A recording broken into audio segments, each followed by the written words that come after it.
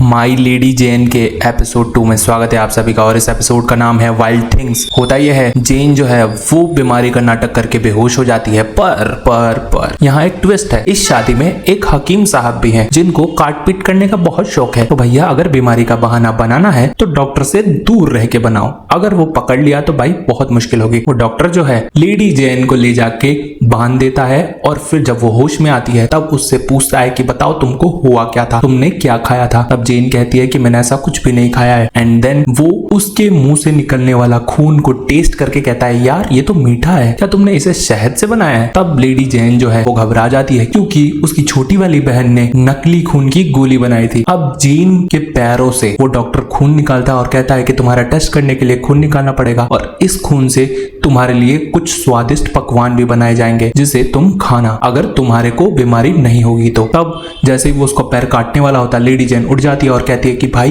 रुक जाओ, मैं बिल्कुल ठीक हूँ। और वो अपनी माँ को बुला के कहती है कि मेरे को यहाँ से ले चलो, मैं शादी करने के लिए तैयार हूँ। जैसे ही लेडी जेन वापस से चर्च में पहुंचती है और सारे लोग उसे देख के खुश हो जाते हैं, तब जेन कहती है हाँ मुझे कबूल है मिस। और फिर लेडी जेन कहती है कि मुझे कबूल है ये शादी, और इन दोनों की शादी हो जाती है। अब जेन को पता चलता है कि मेरे जो पति हैं उनका नाम है गिलफर्ड डडली। और इसके बाद ये दोनों वापस से लड़ने लग जाते हैं उसी शाम को लेके जिस शाम ये दोनों मिले थे। एंड देन फिर होता ये है, सारे लोग जश्न मना रहे होते हैं, नाच रहे होते हैं, गा रहे होते हैं। एंड ये बात पसंद नहीं आती है हमारी जेन को, क्योंकि जेन को तो शादी करनी ही नहीं थी। तब गिलफर्ड कहता है मुझे पता है तुमको शादी नहीं करनी थी। और फिर जेन कहती है देखो मेरे मुंह मत लगो। यहाँ जेन की मॉम जो है वो उसको बिठा देती है और कहती है कि चुपचाप बैठ के खाना खाओ और ज्यादा जुबान मत चलाना। इधर गिलफर्ड के जो डैडी हैं वो कहते हैं कि देखो तुम अपनी दुल्हन को ध्यान से रखना और आज तुम्हारी पहली रात है तो तुम कुछ तैयारियां कर लो। इसके बाद इन दोनों को एक रस्म निभानी है जो कि है सबके सामने एक T20 का मैच खेलना है। और इसके बाद ये लोग घबरा जाते हैं। जेन को ये पता नहीं होता है कि मुझे ये सब सबके सामने करना है। इसके बाद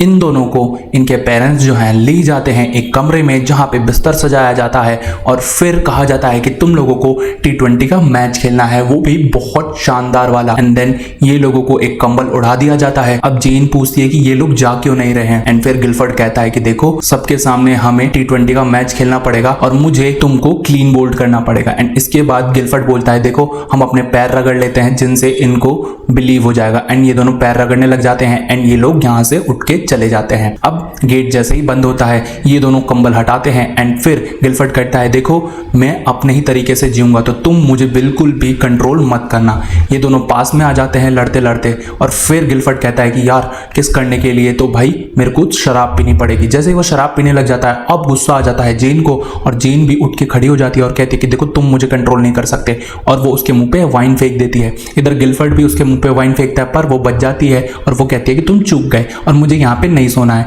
वो अपने कपड़े उठा के सीधा एक कबर्ड में घुस जाती है जहां पे कपड़े चेंज होते हैं एंड फिर वो वहीं लॉक्ड हो जाती है। लेकिन गिलफर्ड उसको वहां से नहीं निकालता है और वो वहां से चला जाता है। कहानी शिफ्ट हो जाती है जेन की मॉम पे जहां पे वो गिलफर्ड के भाई के साथ एक T20 का मैच खेल रही होती है। वो थक जाती है एंड वो खड़ी हो जाती है। तब वो कहता है कि देखो मेरा अभी क्रिकेट मैच खत्म नहीं हुआ है तो प्लीज तुम वापस से बैठ जाओ। एंड देन वो कहती है कि देखो मेरा तो हो गया। एंड इसके बाद उसके मुंह से निकल जाता है कि मेरे पापा जो हैं वो पता नहीं ऐसे ही रहते हैं। वो ऊपर देखती है और देखती है कि महल में तो सीलन पड़ी हुई है और फिर वो पूछती है कि तुम्हारे पापा क्या मरम्मत नहीं करवाते। एंड उसके मुंह से निकल जाता है कि पैसे तो है ही नहीं। उसकी माँ समझ जाती है कि ये राजा तो कंगाल पड़ा है और मैंने अपनी बेटे की शादी गलत ही जगह करवा दी है। एंड इसके बाद वो कहती है कि ठीक है मैं तुम्हारे साथ मैच खेलती हूँ और जो भी सच है वो सब बता दो। एंड फिर वो सब कुछ बक देता है। इधर दिखाया जाता है साइमोर को। साइमोर जो है मैरी से प्यार करता रहता है एंड फिर ये सोचता है कि क्यों ना मैं इसके साथ एक T20 का मैच खेल लूं। और मैरी जो है उसकी कीमती अंगूठी निकाल लेती और कहती है कि दो ये अंगूठी मुझे दो। एंड इसके बाद होता ये है जेन बंद होती है एक कमरे में और तभी वहां पे एक दासी आ जाती है एंड वो उसको निकालती है। इसके बाद कहती है कि मेरे मालिक जो है वो तो तबेले में ही सोते हैं और उनका एक अलग ही बिस्तर है। एंड इसके बाद जेन जो है चली जाती है गिलफर्ड के पास। अब लड़कियां आंखें बंद कर लो क्योंकि वो लम्हा आने वाला है जिसे देख के तुम्हारे मुंह से लार टपक जाएगी। इधर दिखाया जाता है गिलफर्ड जो है पूरा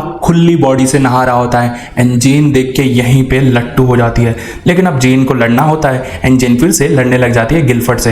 अब होता यह है, सुबह होने वाली होती है, गिलफर्ड उसको भगा रहा होता है कि भाई तुम यहाँ से निकलो निकलो जल्दी निकलो, लेकिन जेन वहां से जाती नहीं है। और जैसे ही सुबह होती है गिलफर्ड जो है घोड़े में बदल जाता है और यहाँ जेन के तोते उड़ जाते हैं, क्योंकि अब उसे पता चल गया था कि जो मेरा पति है वो कोई नॉर्मल इंसान नहीं है, और उसको पता चलता है कि मेरा पति तो पशु मानव है और वो भी एक घोड़ा। इधर उसके पापा आ जाते हैं एंड फिर वो बताते हैं कि देखो तुम्हारा जो पति है वो एक घोड़ा है। जेन कहती है इसे बदलने को कहो, क्योंकि पशु मानव जो है अपने आप कभी भी बदल सकते हैं, लेकिन उसका पापा कहता है देखो गिलफर्ड जो है उसको ये बीमारी है एंड वो अपने पशु मानव पे कंट्रोल नहीं कर सकता है, वो रात को ही इंसान बनता है। एंड इधर जेन जो है बहुत ज्यादा गुस्से में रहती है। इसके पापा बोलते हैं कि तुम दोनों हनीमून पे निकलो और मैं चाहता ही हूँ कि तुम दोनों हनीमून पे जाके एक मिसाल कायम करो। इधर जेन जो है वो कहती है मैं हरगिज नहीं जाऊंगी। अब भाई गिलफर्ड का जो बाप रहता है वो बहुत ज्यादा गुस्से वाला रहता है और कहता है कि देखो तुम यहाँ से जाओगी और तुम मेरे ही इशारों पे चलोगी, और फिर मजबूरन जेन को जाना पड़ता है हनीमून के लिए। कहानी शिफ्ट हो जाती है बाजार में, जहाँ पे जेन का भाई एडवर्ड जो है वो भेस बदल के जाता है एंड वो पता लगाने की कोशिश करता है कि मुझे जो जहर दिया जा रहा है वो किसने खरीदा है। अब एडवर्ड जो है पता लगा लेता है कि उसको जहर कोई महल का आदमी ही दे रहा है एंड फिर उसे पता चलता है कि एक आंख के प्रकार वाली अंगूठी जिसके पास है वही इंसान वो जहर खरीद के ले जाता है। इसके बाद वो लोग महल में चले जाते हैं। वहां पे जेन जो है भागी भागी अपने भाई के पास आती है और वो उससे कहने वाली होती है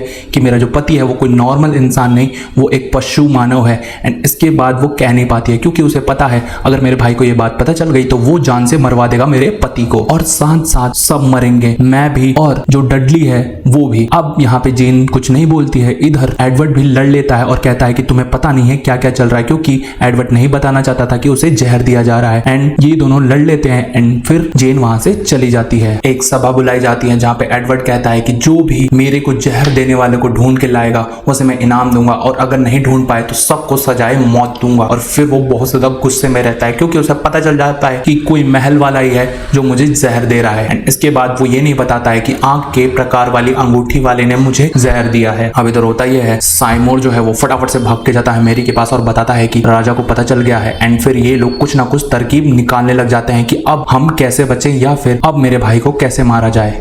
इधर डडली जो है अपने बेटे स्टैन को कहता है कि देखो तुम फटाफट से उस विरासत के पास जाओ जो लिखी थी एडवर्ड ने, क्योंकि जरूर एडवर्ड के ऊपर खतरा छा रहा है एंड कोई ना कोई उसे मारना चाहता है। अगर वो मर गया तो उसकी जो वसीयत लिखी हुई है वो कोई चुरा लेगा और इस वजह से बहुत ज्यादा गड़बड़ हो जाएगी। एंड इसके बाद स्टैन जो है निकल जाता है राजमहल की तरफ। इधर दिखाया जाता है जेन जो है वो निकल जाती है हनीमून के लिए एंड फिर वो अपने पति के साथ पहुंचती है राजमहल। इधर कहानी फिर से शिफ्ट हो जाती है हमारे स्टैन पे। स्टैन पहुंचता है जेन की मदर के पास और कहता है कि जो वसीयत थी वो खो चुकी है एंड अब जरूर एडवर्ड को खतरा है। एंड फिर कहानी शिफ्ट हो जाती है सीधा महल में। वहां पे साइमोर जो है वो आ जाता है और मैरी और हमारे डडली जो है वो साथ में आते हैं। अब होता यह है, साइमोर और मैरी जो है मिलके इल्जाम लगा देते हैं डडली पे और फिर हमारे एडवर्ड जी जो है वो डडली को गिरफ्तार करवा देते हैं।